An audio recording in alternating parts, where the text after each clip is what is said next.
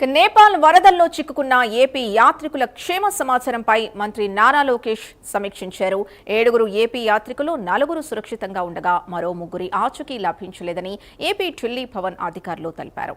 కుప్పానికి చెందిన Balasubrahmanyam, Isha foundation group కి చెందిన శశికుమార్, రాజ్యలక్ష్మి ఆచూకీ కోసం కేంద్ర ప్రభుత్వంతో నిరంతరం సంప్రదింపులు జరపాలని లోకేష్ సూచించారు. కర్నూలు జిల్లాకి చెందిన భాస్కర్ శాస్త్రి సహా 4 క్షేమంగా ఉన్నారని, వారిని వెంటనే సురక్షిత ప్రాంతాలకు తరలించాలని ఆదేశించారు. యాత్రికుల పరిస్థితిని ఆర్టీజీఎస్ ద్వారా నిరంతరం పర్యవేక్షిస్తున్నారు.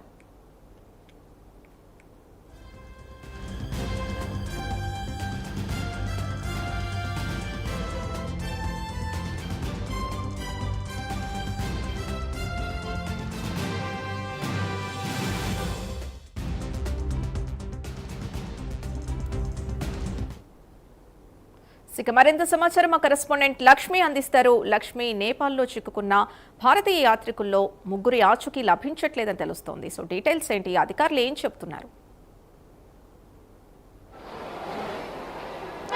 సింధు, నేపాల్లో వచ్చినటువంటి వరదలు ఒక్కసారిగా అక్కడ జనజీవనాన్ని అస్తవ్యస్తం చేశాయి అని చెప్పుకోవచ్చు. ఇటు నేపాల్లో కొంతమంది యాత్ర కోసం వెళ్లారు, కొంతమంది అక్కడ కైలాస మానస సరోవరం యాత్ర కోసం మరికొంతమంది వెళ్లారు.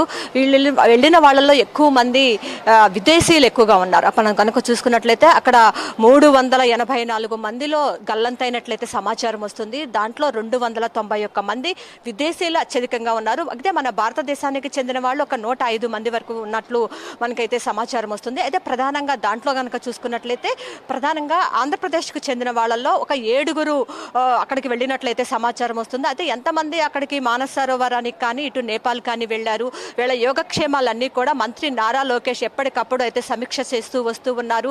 ఆర్టీజీఎస్ అధికారులతో సంప్రదిస్తూ ఉన్నారు. ఐటీ సెక్రటరీగా ఉన్నటువంటి కాటంనేని భాస్కర్ కూడా ఎప్పటికప్పుడు సంప్రదింపులు చేస్తూ ఉన్నారు. ఇటు ఢిల్లీలోని ఏపీ భవన్లో ఉన్నటువంటి భారత రాయబారి కార్యాలయంతో కానీ ఏపీ భవన్ అధికారులతో, ఇటు చైనా, నేపాల్ ఎంబసీలతో ఎప్పటికప్పుడు సమాచారం అయితే తీసుకుంటూ ఉన్నారు. ప్రధానంగా 7 అయితే 4 క్షేమంగానే ఉన్నారు. కర్నూలు జిల్లాకు చెందినటువంటి భాస్కర్ శాస్త్రి, మరో 3 వెళ్లటం జరిగింది. అయితే వాళ్ళ 4 కూడా క్షేమంగా ఉన్నట్లయితే సమాచారం వచ్చింది. క్షేమంగా ఉన్న వాళ్ళని త్వరితగతిన సురక్షితంగా వారి గమ్యస్థానాలకు చేర్చాలని కూడా మంత్రి నారా లోకేష్ అధికారులకు సూచనలు ఇవ్వడం జరిగింది. ప్రధానంగా చూసుకున్నట్లయితే ఒక 3 ఆచూకీ మాత్రం గల్లంతైనట్లు మనకి సమాచారం వస్తుంది.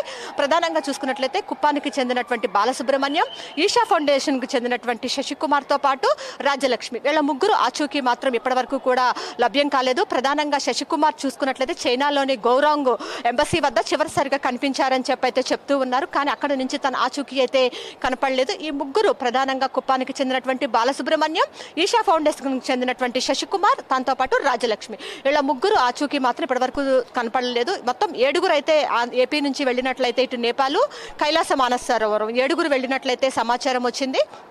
7లో 4 క్షేమంగానే ఉన్నారు. కానీ ఈ 3 మాత్రం ఆచూకీ ఇంకా దొరకలేదు. సో ఈ నేపథ్యంలో ఆర్టీజీఎస్ అధికారులు ఎప్పటికప్పుడు సంప్రదిస్తూ ఉన్నారు. మంత్రి నారా లోకేష్కి సమీక్ష నిర్వహిస్తూ ఉన్నారు. ఐటీ సెక్రటరీగా ఉన్నటువంటి కాటంనేని భాస్కర్ కూడా ఎప్పటికప్పుడు ఈ ఎంబసీల్స్ అన్నింటిలో ఇటు నేపాల్, ఇటు చైనా, భారత రాయబారాలు, ఇటు ఏపీ భవన్లో ఉన్నటువంటి అధికారులతో ఎప్పటికప్పుడు సమీక్ష నిర్వహిస్తూ వస్తూ ఉన్నారు. మొత్తం లోకేష్ ఇప్పటికే సూచనలు ఇవ్వడం జరిగింది.